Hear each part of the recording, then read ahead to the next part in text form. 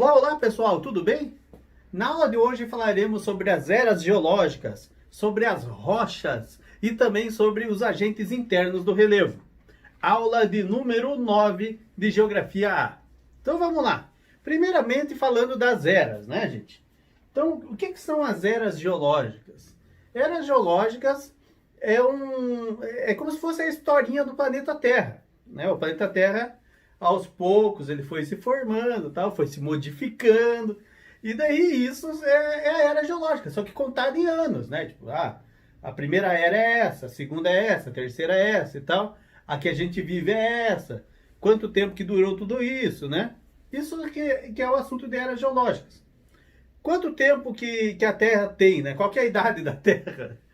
4,6 bilhões de anos. Então, essas eras geológicas, né, aquela tabelinha que você tem na apostila, na verdade são ali, né, esses 4,6 bilhões de anos contados, como é que eles se passaram. Existem cientistas que concordam com essa tabela e tem cientistas que não concordam, né, que buscam uma outra explicação, né, tentam reformular essa tabela. Então, de maneira bem básica, eu vou fazer aqui uma tabela, né? E é essa que você tem que saber, assim, no mínimo, entende? Professor, eu quero decorar a tabela que eu estou vendo na apostila aqui. Beleza, pode decorar. Né? Melhor ainda, né? Se você souber tudo, melhor. Mas, se você souber pelo menos o que eu vou pôr no quadro, já está muito bacana, né? Já está sabendo mais do que a maioria, com certeza absoluta, viu? Porque eu sei que eu conheço professores até que não sabem decor, né? As coisas que eu vou pôr aqui, ou que você vê aí na tua tabela. Por quê? Porque são coisas que não. Né? Pra que você vai saber decor? Tipo, você tem a tabela ali, né? Você pode mostrar na tabela e tal. Não é muito necessário. É necessário para você que vai fazer a prova. Né? Então vamos lá. Quer ver? Ó? Vou colocar aqui então elas. A primeirona lá de baixo, a gente diz ali que foi o período ali, né? Pré-cambriano. Pré-cambriano. E o pré-cambriano, ele se dividiu em arqueozoico e proterozoico. Arqueozoico e proterozoico. Antes do pré-cambriano, ainda tem o adeano, né? Que lembra Hades. Hades quer dizer inferno. Então você levou, é lá no fundo mesmo, né? Então é isso mesmo. É o lá do fundo. Para cima do pré-cambriano, aí a gente tem, ó, o paleozoico, o mesozoico, aqui é S, né? Ali é um S, gente. Mesozoico e o cenozoico. Então, essas são as eras. Né? Então, como é que eu decorei? Né? Adeano, nunca vi cair, sinceramente. Mas se cair, você sabe. Hades. Hades é inferno. Então é o primeiro lá, né? Lá embaixo é o Hades. Pronto, adeus. Aí, arqueozoico, gente. Você também sabe, arqueozoico é coisa muito antiga. Então foi um dos primeiros. O arqueólogo não mexe com coisa antiga? Então o arqueozoico é o antigão. E aí eu decorei assim, ó. Propamecê. Para não esquecer. Propamecê. Para não esquecer.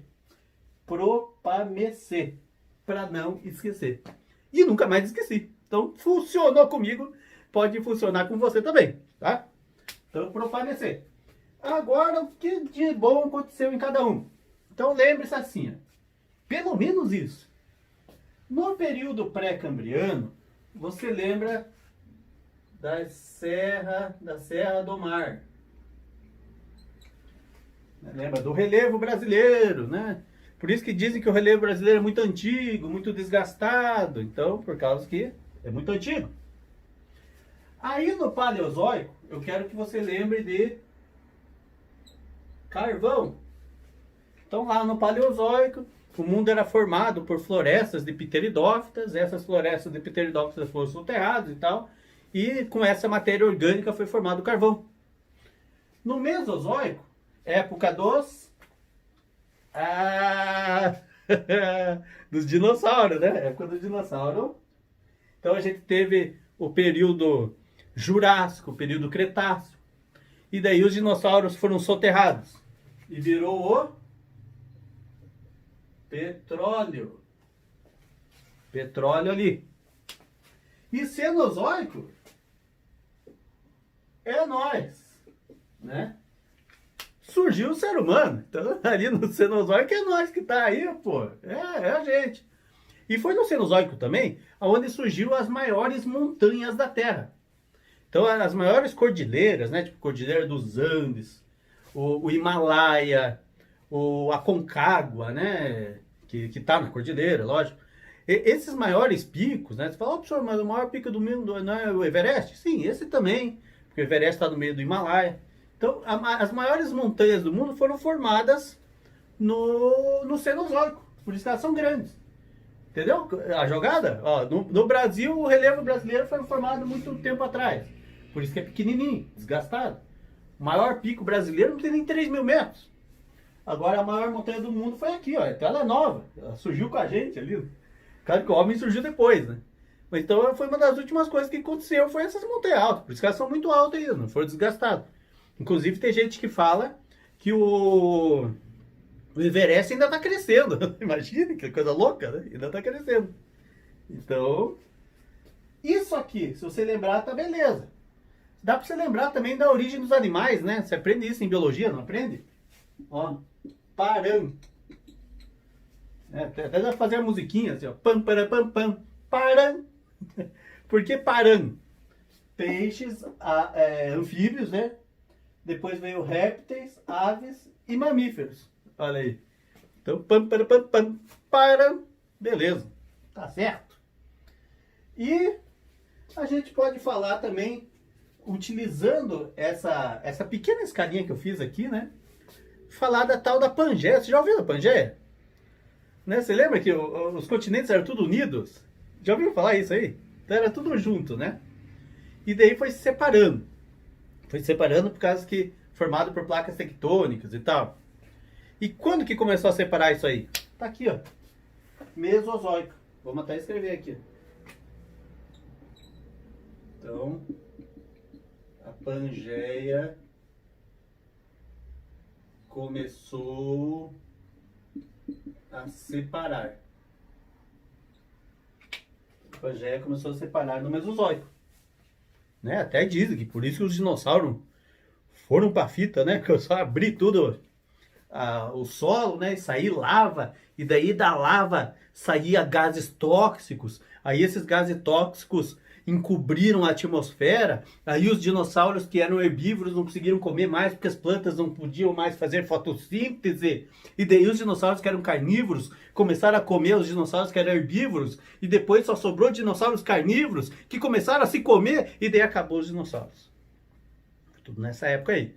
Tem gente que ensina que são os meteoros, né? Mas há discordâncias, né? Numa dessas não é o meteoro aí, meu amigo. Então, tem que ver as duas partes. Numa dessas foi o meteoro também, né? Numa dessas foi o meteoro também, só que não matou todo mundo junto, né? Uns mais espertos se escondeu, beleza. Foi tudo aos poucos. Também não foi da noite pro dia que acabou tudo os dinossauros. Ok?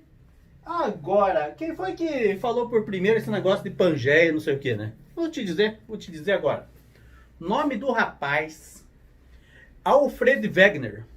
Alfred Wegener. Um estudioso alemão. O cara, um gênio, né? O que ele falou? Meu Deus do céu. Imagina, em 1912, estava fundando a Universidade Federal do Paraná. Então lá na Alemanha já faziam ciência de tudo que é jeito.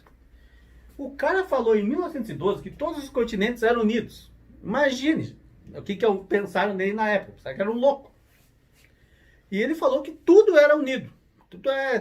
Eu vejo aqui que a forma do Brasil aqui encaixa na África, então era tudo unido. Todo mundo falou, você tá doidão, Alfredão? Tá doidão, meu irmão? Tá louco? Como é que vai ser? Prova isso aí pra nós, então. E lá foi o Alfredão. Foi catando um monte de fósseis dos dois lados, do lado do Brasil e do lado da África. E daí comparou os fósseis. E aí disse, olha aí, ó, a cabeça tá aqui, o corpo tá lá, ó. Aí alguém falou, mas não foi um ser humano que pegou essa cabeça e levou para outro lado? Fizeram a datação do fóssil e viram que o fóssil era de antes de haver seres humanos. Então, né, então, se constatou aquilo que o Alfredão disse, mas era muito louco na época ainda, né? Ninguém sabia como é que se separou. Só viu que se separou mesmo, né? E o Alfredão deu até nome para as coisas, né? Deu o nome de Pangeia, para tudo unido. Pan quer dizer todo, Geia quer dizer terra, toda a terra unida. Laurásia, ele chamou a parte de cima, que é América do Norte, Ásia, Europa. E a parte de baixo, que é América do Sul, África, ele chamou de Gondwana. Então lembre, né? África, Gondwana, não parece? Tipo atabaque, tal, o nome, Gondwana, África. E Laurásia, a parte de cima, né? Sempre lembra que quando a Terra era meio que dividida, né? Hemisfério norte, hemisfério dos ricos, hemisfério sul, hemisfério dos pobres. Então, a parte do hemisfério norte, você pode pensar Laura, né? Laura é nome de rico, com certeza. Nos postinhos de saúde eu nunca vejo Laura aparecer no letreiro lá, que foi chamado, que está na vez da Laura. Laura é nome de rico. Então você pensa que Laurásia é no hemisfério norte e Gondwana é no hemisfério sul. Ok? O que mais que nós temos? Então, é o nome da teoria dele, né? Teoria do Alfredão é deriva continental. Ele falou que os continentes estavam à deriva. Aí, depois, assim, umas décadas depois, surgiu um grupo de cientistas que falaram: vamos provar a teoria do Alfredão. Né? Então, um grupo de cientistas formou a teoria da tectônica de placas. E nessa teoria da tectônica de placas, eles provaram, né, que as placas, que o mundo é formado, né, primeiramente por placas tectônicas, é como se fosse um ovo cozido derrubado no chão, aí você pega o ovo de novo, ele está com toda a casca rachada, que a Terra é desse jeito, e que algumas placas se afastam e outras placas se juntam. Por isso que o mundo continua do mesmo tamanho. Imagine se todas as placas se afastassem, o mundo ia ficar cada vez maior. Se todas as placas se juntassem, o mundo ia sumir. Então, enquanto tem placas tectônicas que se afastam, existem placas tectônicas que se juntam. Né? E tem até nomes. Placas que se afastam, divergentes, as que se juntam, convergentes. E daí eles, né, mostraram ainda como é que as placas se movem e tudo mais. Então, existem essas duas teorias. Uma complementa a outra. O que mais? Vamos falar aí agora das rochas. Então vamos falar das rochas, pessoal. Peraí, eu vou te mostrar as placas tectônicas antes. Eu tenho elas aqui, ó. Ó. Olha as placas tectônicas aqui. Então o mundo é assim, velho. Parece tipo um quebra-cabeça, né? Então eu vou tirar do plástico aqui, que daí fica melhor pra você ver. Ó, ficou melhor, né? O mundo é tipo um quebra-cabeça. E daí essas placas, tem umas que se afastam e umas que se chocam. Tipo aqui a do Brasil e a da África, ela se afasta. Diz que se afasta em torno de acho que, não sei se é 3 ou 6 centímetros por ano. Ela vai se afastando. Né? Então o Brasil já foi colado na África, a parte verde aqui, né? Mas e essa parte que tem água em cima? De onde que surgiu? Porque quando se afasta a placa, sai lava de dentro. Daí a lava de dentro vai solidificando e vai formando esse piso aqui. Louco, né? Então essas são as placas tectônicas que tem no mundo. Por que o Brasil não tem terremoto direito? Ó a explicação. Ele tá mais ou menos, o Brasil aqui tá bem nesse número 4 aqui, né? Tá no meio de uma placa. Então a placa se move e não dá nada com o Brasil. Beleza. Agora o que tem mais para falar? Das rochas. Então o que são as rochas, gente? Deixa eu ver aqui que eu pus no meu papelzinho aqui para falar para vocês. O que é a rocha? A rocha é um agregado de minerais. Então, que nem quando você faz um bolo, né? Tem bolo de chocolate, bolo de cenoura. O que muda de um bolo para o outro? O sabor. Por que mudou o sabor? Por causa que mudou os ingredientes, né? Então, uma rocha é a mesma coisa. A rocha muda de tipo de rocha por causa dos ingredientes que foram nela, os minerais que compõem ela. Então, uma rocha tal é de um jeito porque os minerais são de um jeito, entendeu? Então, rocha é um agregado de minerais. Coisa que você tem que saber também é a diferença entre mineral e minério. Então, mineral, gente, mineral é É o que você acha é do que é feito as rochas, entendeu? Na rocha você acha quartzito, você acha vários tipos de minerais nela. Agora, minério é quando o mineral tem valor, valor comercial, tipo ouro, bauxita, cassiterita. Aí esse minério, ele não compõe uma rocha. Esse minério, ele pode ser extraído e vendido, entendeu? Então, minério é um mineral que pode ser vendido separadamente. Entendi? Onde tem bastante minério, a gente chama de jazida, de mina, né? Onde tem bastante minério. E qual que é a diferença entre rocha e pedra, né? Nenhuma. É que pedra a gente fala aí, né? No popular, aí, você fala com teus... Alguém vai... Gente, né? Algum amigo teu fala, ó, tropecei naquela rocha ali. Nossa, o cara nem tem amigos, mas ninguém vai querer sair com um chatão desse, né? Falar rocha. Então é pedra mesmo, né? Então, a pedra é a mesma coisa que rocha, só que rocha quem fala é um chatão e pedra quem fala é todo mundo. Pronto. Né? Imagina, nossa, levei uma rochada aqui. Que é isso? E tem classificação. Classificação das rochas. Então vamos lá. Vou te dizer aí 3 tipos de rochas, né? Primeira rocha que eu vou te dizer. Quer ver? Rocha magmática ou ígnea. Magmática ou ígnea, você já se liga assim que, opa, peraí, magmática ou ígnea veio do magma. Magma, a gente não estudou aqui ainda, mas você sabe que magma é no interior da Terra, lá mais pro interior, né? Então magma é o que sai do vulcão, né? Só que a gente chama de lava quando sai. Então existem rochas que vêm do magma. Tem rochas que vêm de dentro da Terra. Quando tem a erupção vulcânica, sai a rocha junto. Essa é uma rocha magmática ou ígnea. E às vezes quando sai a lava e endurece, vira uma rocha magmática também ou ígnea. Porque essa é uma rocha que veio a partir da lava, né? Da solidificação do magma. Beleza? Por isso existem 2 tipos de rocha magmática. Então, existe a rocha magmática extrusiva e intrusiva. Olha o nome. Externo. Dentro. Então, uma rocha magmática intrusiva, ela pode ser chamada também de plutônica ou de infusiva, parecido com intrusiva, né? Infusiva. Então é uma rocha que se formou dentro do vulcão. E uma rocha magmática extrusiva, aí é uma rocha que se formou fora do vulcão. Aí a gente chama de uma rocha vulcânica ou então de uma rocha efusiva, em vez de infusiva. Ok? Exemplo das duas, mestre. Eu te digo. Olha só. Rocha magmática intrusiva. Veio de dentro do vulcão. Granito. E é a rocha mais comum que tem na Terra. Rocha magmática extrusiva. Basalto. Onde que você já viu basalto? Você já pisou no basalto. Basalto é a rocha preta que você pisa na calçada. Esse é o basalto. O que mais? Rocha sedimentar.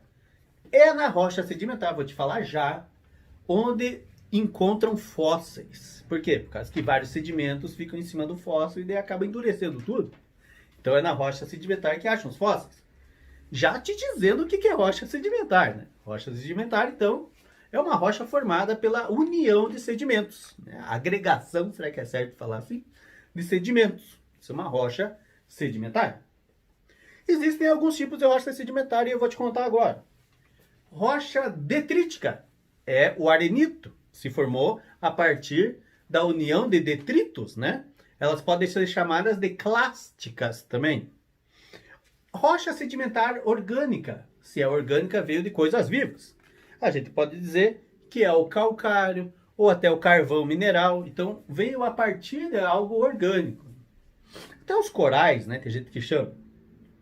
E química. Rochas sedimentares químicas. Por causa de uma ação química, né? Surgiu a rocha. Como o salgema, né? Grandes salinas que existem aí no Brasil. Rochas metamórficas agora. Olha o nome, metamórficas, tipo metamorfose, né? É uma rocha que, tipo, parece que ela veio a partir da transformação de outra rocha. Então, rocha metamorfose, né? Metamórfica. Tem exemplos. Ó, tá, eu anotei aqui, ó. Quartzita, ela veio do arenito. Gneiss veio do granito. Aí você fala, tá, professor, não tenho a mínima ideia do que são isso. Quer dizer, o granito você até sabe, né? Agora essa é bem conhecida, ó. O mármore veio do calcário. Calcário, todo mundo conhece, pelo amor de Deus, né? E mármore, pô, mármore é o mármore, né? Ó, por isso que mármore é caro, gente. Né? Não é caro? Você tem o banheiro de mármore. Nossa, se eu fizesse meu banheiro de mármore aqui em casa, eu ia ter que vender todo o resto da casa e morar no banheiro. Porque é muito caro. Né? No máximo você tem um granitinho em casa. Mármore é caro, pô. Por quê? Porque é difícil na natureza. Granito é mais fácil, tem tudo que é lugar. E ainda existe um termo, né, que falam rocha cristalina. Não é bem um tipo de rocha, mas quando falam rocha cristalina, só para você entender, né? Lembre-se que quando fala rocha cristalina, é uma rocha bem antiga e bem dura e bem antiga, tá? Então quando fala rocha cristalina, rocha bem dura e bem antiga, são elas que compõem o escudo cristalino. Vocês vão, quando você estuda relevo, né? Vocês estudam lá o escudo cristalino, tal. Então, o Brasil tem um escudo cristalino. 36% do Brasil é escudo cristalino. Então, é uma rocha magmática ou ígnea. Essa rocha... Não, é ígnea ou... Magmática ou ígnea é a mesma coisa, né? Então, é magmática, ígnea ou metamórfica, os escudos cristalinos. Agora vamos falar sobre a estrutura da Terra. Antes eu vou te mostrar aqui, ó. Olha que legal o que eu fiz aqui, cara. Eu não, né? Foi um aluno que me fez. Eu falei, eu vou mostrar pra moçada nas aulas, né? Ele colocou as rochas do Minecraft aqui, cara. Então, vou colocar aqui, ó, bem na câmera. Aí você pausa o vídeo e vê se tá certo isso aqui. Depois você me diz se tá certo. Põe nos comentários aí embaixo, né? O aluno acertou. O professor ficou faltando tal rocha, né? Então coloca aí, ó. Tá certo? Rochas no Minecraft. E eu tenho também aqui algumas rochas que eu ganhei lá da Mineropar. Legal pra caramba. Quando vocês forem lá, vocês ganham assim, ó. Olha que legal isso aqui, né? Eu conheço os minerais, os recursos naturais do Paraná, né? E daí aqui embaixo, aqui mostra onde que tem, né, os minérios no Paraná. Tô colocando tudo assim, que daí se você quiser ver melhor é só pausar o vídeo, né? Olha só, fala sobre todas elas. Bacana, né? A descrição das amostras, características. E um exemplinho de cada uma. Olha que legal, gente. Põe bem... Assim que daí você separa o vídeo e vê cada uma delas, né? Deixa eu pôr um pouquinho mais para trás, né? Aí. Bacana, né? Bem legal. Isso aqui eu guardo bem. E agora vamos falar da estrutura da Terra. Então, gente, o que é a estrutura da Terra? Como que a Terra é por dentro, né? Quando a gente fala forma, é a forma da Terra, tipo um geóide, né? Agora, a estrutura da Terra é como que ela é por dentro. Como é que são as camadas dela? Se a gente cortasse a Terra como se fosse um bolo, que camadas a gente ia ver? Então, ela tem várias camadas. Eu tenho aqui, ó. Olha aqui. Então, aqui nós temos o nosso planeta. E aqui é a estrutura da Terra, ó. Então, veja que bem no interior a gente tem o núcleo interno. O núcleo interno, ele é formado pelo NIF, ele até inclusive é chamado de NIF. É níquel e ferro, e é sólido o núcleo interno. Solidão. Sólido. Núcleo externo, e no núcleo interno chega a 7.000 graus Celsius, gente. É o capetão mesmo que mora aqui, né? Núcleo externo é líquido, olha que louco, né? É tipo um material pastoso, mais pro líquido do que pro pastoso, né? E é do mesmo material. Então, o núcleo todo, né, a gente chama de barisfera. E aí vem o manto, ó. Manto é um material pastoso, bem pastoso mesmo, que tá ali, né, entre o núcleo e a crosta. Então é manto. É do manto que tem o magma que sai nas erupções vulcânicas, que daí a gente chama de lava. E o manto tem uma camada superficial que não está representada aqui nessa figura. Então tem uma camadinha superficial do manto que se chama astenosfera. Então a gente diz que as placas tectônicas, elas boiam, elas flutuam, né, entre aspas, na astenosfera. E aí a gente vem para a crosta, né? Crosta é a última camada da Terra, a camada que a gente pisa nela. E a crosta se divide em duas. Crosta, quer dizer, eu ia falar crosta oceânica e terrestre, mas isso é depois. Então ela se divide em duas, vou te dizer agora. Sial e Sima. Então S-I-M-A e S-I-A-L. A parte do Sial é a primeira, não, é a última que a gente pisa.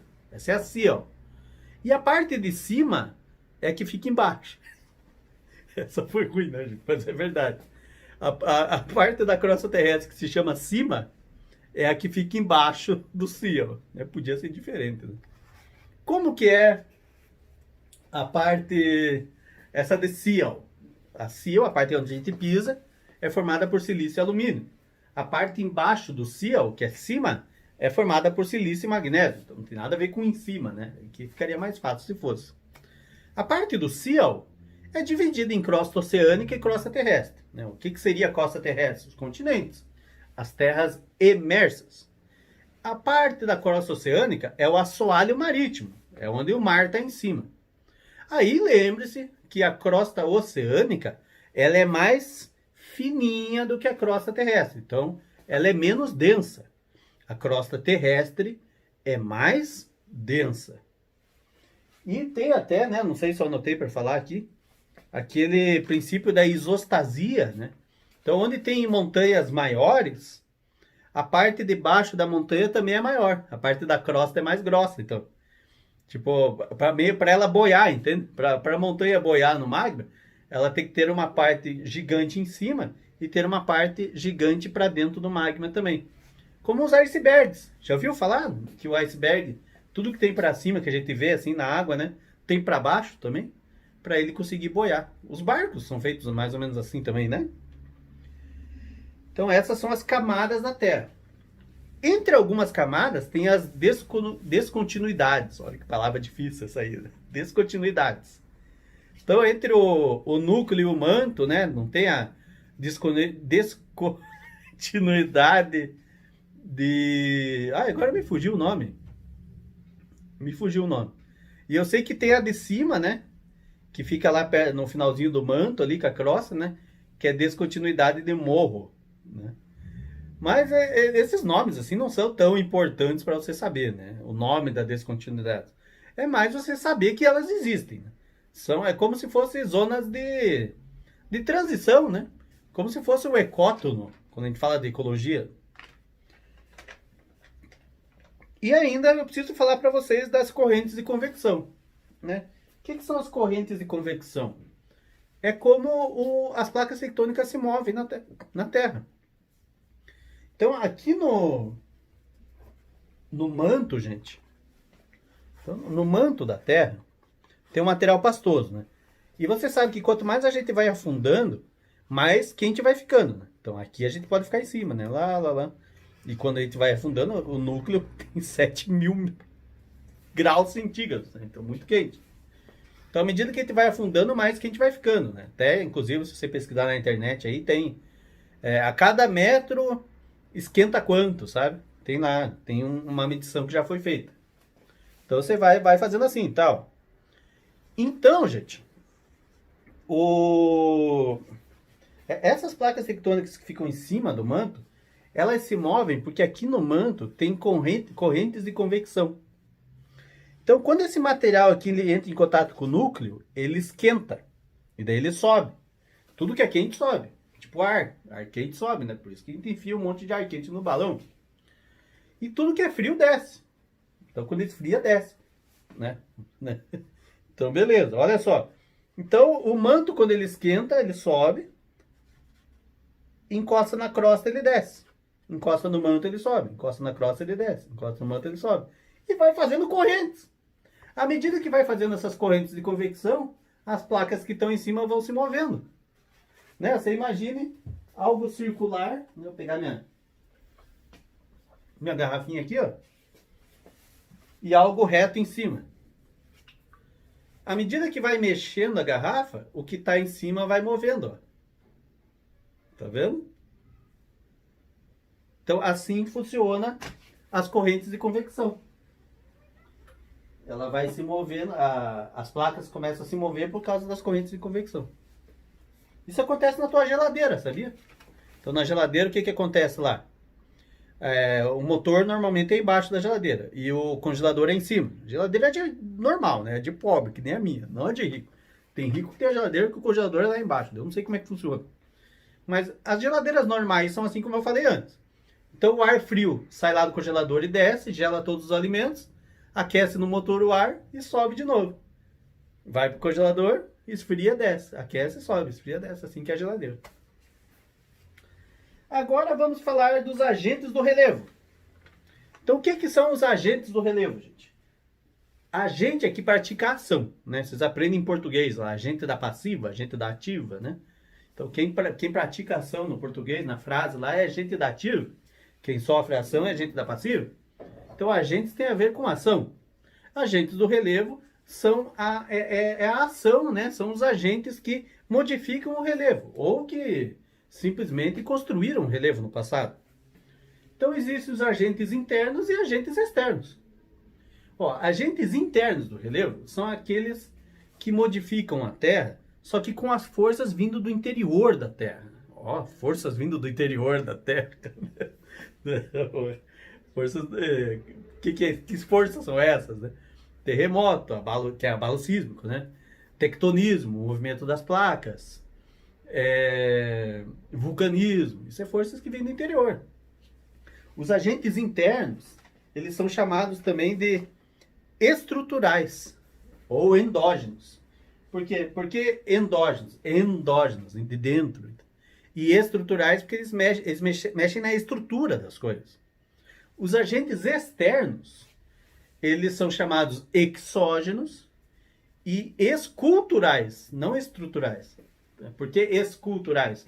Porque eles modelam o relevo. Então são esculturais, fazem esculturas no relevo. Um planalto foi modelado, hoje é uma chapada. Entende?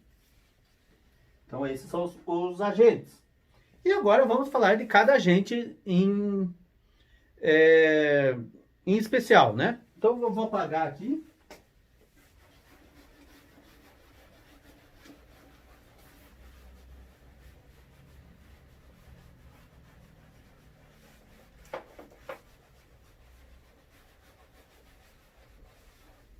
Aí.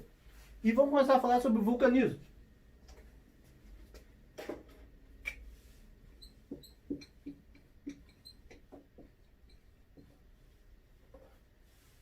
Então, vulcanismo. Como é que se dá o vulcanismo, gente? Então, digamos que tenham duas placas tectônicas aqui, ó. Placa e placa. Duas placas tectônicas e essas placas, elas são divergentes. Se elas são divergentes, né, significa que quando elas se afastarem, aqui embaixo nós temos o manto, e todo o material do manto ele vai escapar por aquela fenda. Então isso é o vulcanismo. Por que vulcanismo? Porque começa a sair lava aqui, né? Começa a sair lava e essa lava vai caindo. Sempre fica um buraquinho aqui, ó. Vai caindo e formando uma montanha ali, né? Vai formando uma montanha. Vai ficando um buraquinho aqui e vai saindo lava e endurecendo. Então vira uma montanha, aquele vulcão de Cone. Mas também é chamado vulcão, só se separar e começar a sair lava já é vulcão. Só que daí eles chamam vulcão de fissura. Então, vamos dizer que continua saindo. Pronto. Continuar saindo, vai ficando mais com a aparência de vulcão. Normalmente, olha o que eu vou te dizer. Normalmente, as placas tectônicas, elas se afastam no meio do oceano, gente. No meio do oceano elas se afastam.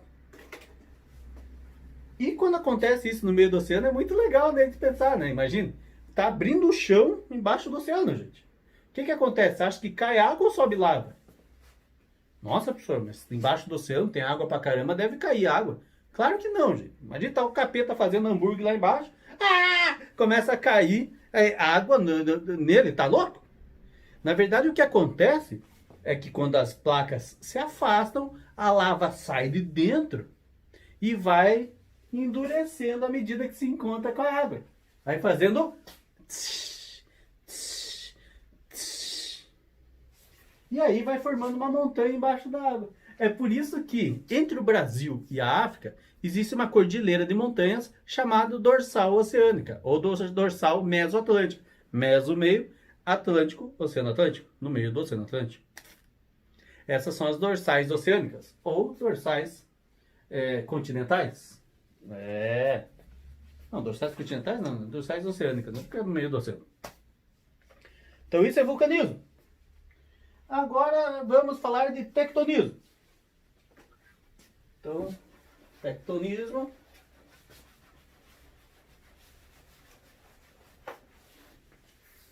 O que é o tectonismo, né? Tectonismo, movimento das placas tectônicas. Aí nós já vimos, placas que se afastam, divergentes, que se chocam, convergentes. E tem placas que se deslizam de ladinho, que a gente chama de transformantes. Aí o que gera cada coisa, né? Placas que são convergentes, quando elas se chocam, o que acaba acontecendo com elas? Uma vai para baixo da outra, que daí a gente chama de subducção, e a outra acaba dobrando. Essa placa que dobrou, ela meio que encavala em cima da outra. A gente chama de obdução. E daí formam grandes cordilheiras. A cordilheira do Himalaia, lá onde a gente tem o Everest, ela foi formada por obdução. A placa que sofre subducção, à medida que ela vai indo por baixo da outra, ela vai derretendo, né? Que ela entra em fusão com o magma. As placas tectônicas, elas se agem também assim, se movimentando horizontalmente, que foi como eu fiz agora, né? Horizontalmente é o quê? Indo para os lados. Divergente ou convergente. Aí a gente diz que aconteceu uma orogênese. Orogênese. Você lembra? Oro de horizontal. E ouro também quer dizer montanha. Né? Você lembra das chuvas orográficas? O que são chuvas orográficas? Chuvas de montanha. Então quando a gente fala orogênese, é formação de montanha, porque a placa vai se chocar e vai formar a montanha. Quando as placas se movimentam verticalmente, a gente chama de epirogênese. Não parece que é para cima, assim, a palavra? Epi. Então, epirogênese. Foi para cima a placa tectônica. Agora vamos falar de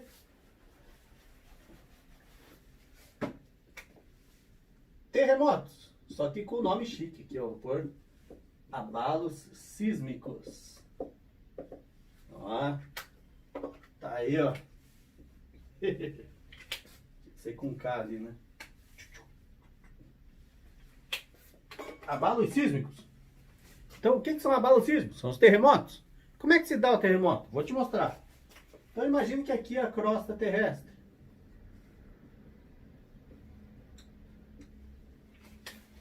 E daí, né? Aqui é o manto. Tá? E digamos que a pressão que o manto faz ali é muito forte na crosta e tal. E chega uma hora que ele causa uma pequena rachadura nessa crosta terrestre. Nessa rocha, racha aqui, assim. A partir dessa rachadura, gente, olha o que acontece. A crosta, as ondas sísmicas começam a percorrer a crosta. Né? Faz assim. Olha que louco. Percorreu a crosta do monte e saiu bem acima da onde começou. Olha que coisa. Começou aqui, né? Ó. E vai até lá, ó. Bem, exatamente onde saiu. É bem diferente isso, né? Não é estranho? Então, é bom ou ruim isso? É legal. Daí os japoneses, sei lá, inventaram uma maneira de saber identificar o foco do tremor. E se identifica o foco do tremor, sabendo que ele vai sair na superfície. E aí avisa todo mundo para sair correndo de lá, né? Ah, fuja, leve o que puder, não olhe para trás e tal. Aonde começa o tremor é chamado de hipocentro. Aonde termina o tremor, onde sai na superfície, é chamado de epicentro. Olha o epi aí de novo, né? Então aqui, ó, hipocentro é embaixo. Aí você lembra, a palavra já diz, né? Ó, hipo. Hipo não é? Parece para baixo? Hipo. Agora, epi, para cima. Então, epicentro, hipocentro. E lembre-se também, né? Ah, assim não consegui decorar. Então lembre, hipogloss. Passa na bunda aí embaixo. Então fica embaixo, o hipogloss, hipocentro. E o epicentro é em cima. Pronto. Só saiba que quanto mais perto o hipocentro do epicentro, pior é o terremoto. Porque ele chega com força total. Né? Agora, quanto mais longe é o hipocentro do epicentro, aí o terremoto mais sossegado é. Né? Às vezes, um peidinho de véia não dá nada. Como que se mede o terremoto? Existem duas maneiras, né? Existe a escala Richter e a escala de Mercalli. A escala de Mercalli é mais antiga. Ele media os terremotos de acordo com o que acontecia nas casas, sei lá, né? Tipo, grau 5, caiu o abajur, coisas assim. Agora o Richter não, o Richter organizou uma escala logarítmica. O cara era tipo nerdão mesmo, né? Então ele fez uma escala logarítmica, tipo, o terremoto 5 é 10 vezes pior do que o 4. O 6 é 10 vezes pior que o 5. Vai de 10 em 10 o bagulho. E, gente, o pior terremoto que já deu no mundo, assim, era para ir de 0 a 10 a escala, mas nunca chegou a 10. O pior que teve foi 9,6 no Chile, na cidade de Valdívia. É o mesmo nome do jogador. E terremotos acima de 8, de 7, né, de 6 já são terríveis. No Brasil tem terremoto? Tem, mas aqui é o popular peidinho de velho. Aqui não dá nada, é menor do que 4 na escala, né? Não modifica muita coisa, né? Ó, deu terremoto agora, ninguém sentiu nada, entendeu? Os terremotos aqui acontecem mais por acomodação do relevo. Ok? Será que era isso? Era isso que eu tinha para te falar hoje. Agradeço aos que ficaram aí até o final. Qualquer dúvida, me chame, faça uns exercícios e nos encontramos numa próxima aula. Um abraço e até mais!